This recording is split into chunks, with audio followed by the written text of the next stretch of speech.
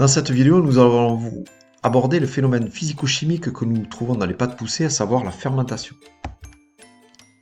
Cette fermentation, elle est présente dans bon nombre de préparations, comme la pâte à pain, qui a comme ingrédients farine, eau, sel, levure, la pâte à pain de mie, qui est une pâte à pain enrichie en matière grasse, et les pâtes à brioche à Savarin, où nous trouvons aussi de la matière grasse, mais aussi des œufs.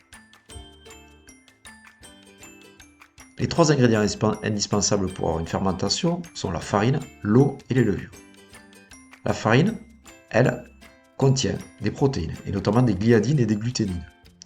Si on hydrate ces gliadines et ces gluténines, et qu'on les malaxe, ces protéines vont se dérouler et vont créer des liaisons entre elles, ce qui va former un réseau élastique qu'on appelle le gluten, qui a la particularité de retenir bien les gaz.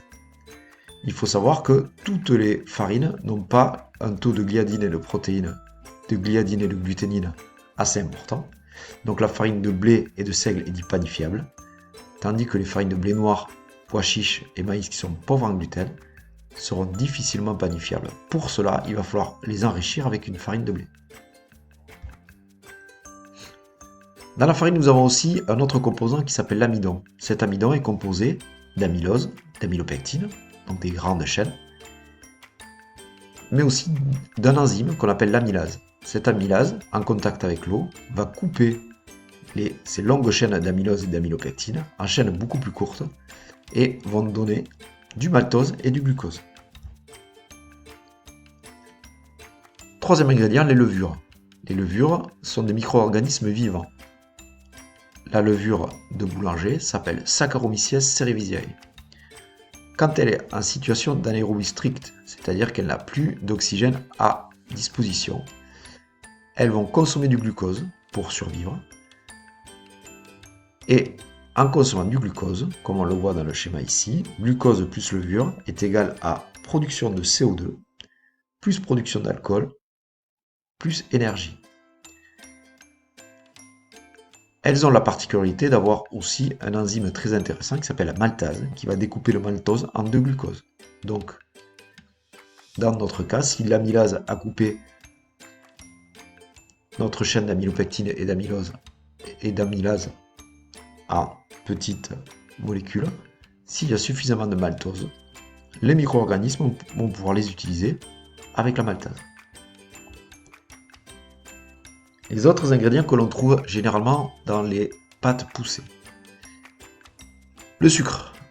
Le sucre, on le met en début pour activer la fermentation et ça donne une énergie directe pour les levures qui vont pouvoir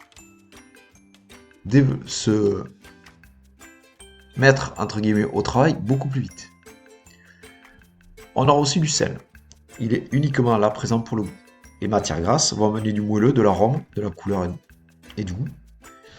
Et les œufs vont aussi amener du goût et de la couleur, mais aussi vont participer à la création de la croûte extérieure, notamment au moment de la cuisson, quand les protéines vont coaguler et elles vont aussi raffermir la pâte. Dans ce schéma, nous avons